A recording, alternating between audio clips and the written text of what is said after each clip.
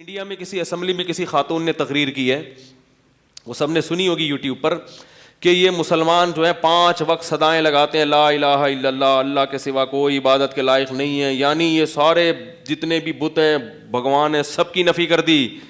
مجھے وہ سورہ صاد کی آیات یاد آ رہی تھیں. انڈیا کی اسمبلی میں جس خاتون نے یہ نعرہ لگایا ہے نا, یہی نعرہ مشرکین مکہ نے لگایا تھا.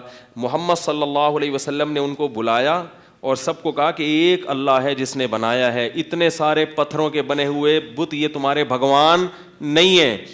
تو اس پر مشرکین نے کیا کہا, اجعل الآلہۃ الہا واحدا, کیا اتنے سارے خدا سب غلط صرف ایک صحیح, ان ھذا لشیء یراد, اس میں محمد صلی اللہ علیہ وسلم کا ذاتی مفاد ہے, ورنہ اتنی غلط بات محمد جیسا آدمی صلی اللہ علیہ وسلم اتنی غلط بات نہیں کر سکتے. اس میں کوئی پیسے کھائے معاذ اللہ انہوں نے کہیں سے, کوئی مسئلہ ہے ان کا, یا اپنی کوئی نئی ریاست بنانا چاہتے ہیں. وانطلق الملأ منهم ان امشوا, اور نکل پڑے, چل پڑے, اٹھ پڑے. یہاں بھی قرآن یہ نہیں کہہ رہا کہ چلے گئے, نہ وانطلقا, نکل پڑے, اٹھ پڑے. یہ کہتے جیسے کپڑے جھاڑتے ہوئے نہیں اٹھتے کہ بھئی محمد نے جو ہمیں بلایا ہے صلی اللہ علیہ وسلم, یہ کوئی بات ہے. وانطلق الملأ منهم, اور جتنے سردار تھے قوم کے اٹھے, کپڑے جھاڑتے ہوئے جانے لگے اور کہنے لگے ان امشوا, چلو جی نکلو یہاں سے. امشوا چلو, جیسے سعودیہ میں کہتے ہیں نا چلو کوئی شلو, عربوں سے 6 کا لفظ نکلتا نہیں ہے تو شلو بولتے ہیں. وہ پاکستانی ہر جگہ خون پیتا ہے نا ان کا, جا کے یہ گھڑی کتنے کی ہے, وہ کہتے ہیں اتنے کی لوں گا, وہ کہتا ہے شلو. تو وہ چلو کے بجائے کیا کہتے ہیں, شلو. شلو سنا ہوگا آپ نے, کیونکہ ہمیں عادت ہو گئی, یہاں پہ ہمیں پتہ ہے 6 گنا زیادہ قیمت بتائے گا تو وہیں سے کم کرنا. تو وہ پیٹ بھرے ہوئے ماشاء اللہ, ان کو اللہ نے وسائل بہت دیے ہیں, وہ کہتے ہیں اتنے کی لینی ہے لو ورنہ شلو.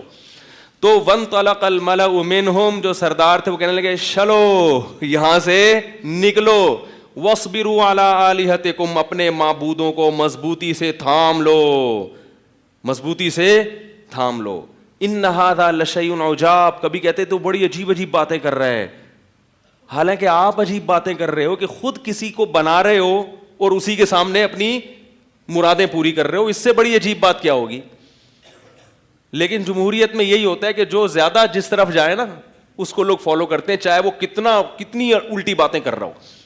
تو وہ جب ہندو عورت تقریر کر رہی تھی نا اسمبلی میں, سنا ہوگا سب نے کہ موسلے یہ کہتے ہیں کہ ایک خدا ہے, تو مجھے اس کی تقریر سے ایمان اور تازہ ہو رہا تھا کہ موسلے کتنے اچھے ہیں.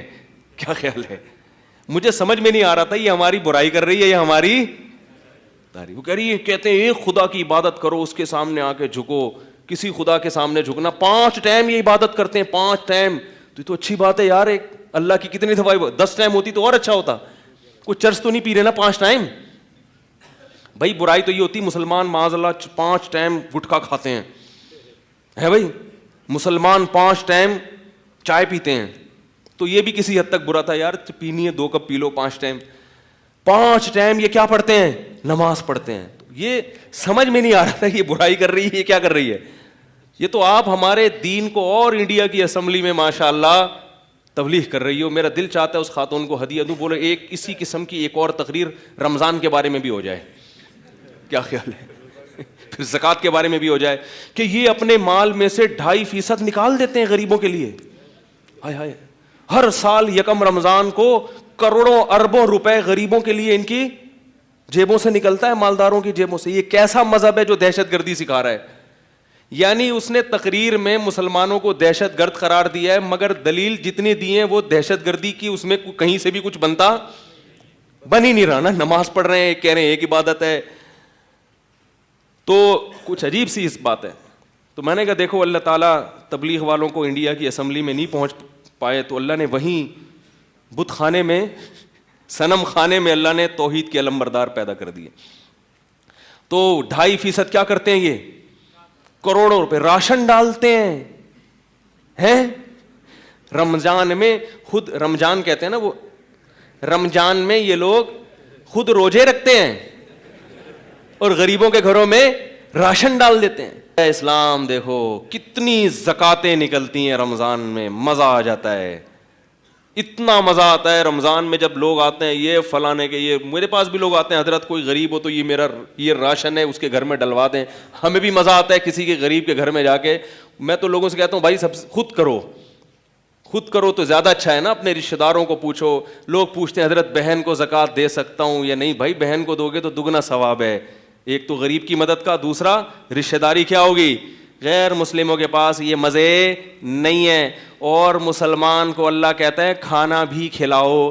اور قرآن کے الفاظ ہیں کہ اہل اسلام کی اللہ نے تعریف کی, ہمارے نیک بندے جب کسی کو کھانا کھلاتے ہیں غریب کو, انما نطعمکم, سورہ دہر 29واں پارہ, انما نطعمکم لوجہ اللہ, ہم تمہیں صرف اللہ کے لیے کھلا رہے ہیں. غریبوں کو کہہ رہے ہوتے ہیں اس وقت, لا نرید منکم جزاء ولا شکورا, ہمیں تم سے اس کا بدلہ نہیں چاہیے, شکریہ نہیں چاہیے, تھینک یو نہیں کہنا کھانے کے بعد, کہیں اجر کم نہ ہو جائے. کیونکہ ہم تمہیں اپنے فائدے کے لیے تو کھلا نہیں رہے, ہم تو کس کے لیے کھلا رہے ہیں؟ اس ایک خدا کو خوش کرنے کے لیے جو ایک ہے. اتنے ساروں کو خوش رکھنا ویسے بھی ممکن, بولو بھائی. جو بہت سارے بھگوانوں کو مانتا ہے وہ تو بیچارہ ویسے ہی کنفیوز رہے گا کہ پڑوسی کی مدد سے یہ والا بھگوان خوش ہو رہا ہے, یہ وہ والا خوش ہو رہا ہے. اب کوئی اس کو بتائے گا یار پڑوسیوں کے لیے وہ والا بھگوان ہے, بیوی سے اچھا سلوک کے لیے وہ جو ادھر, بیوی سے اچھا سلوک کے لیے جو ہے نا بھگوان, وہ بہت تگڑا قسم کا بھگوان ہونا چاہیے.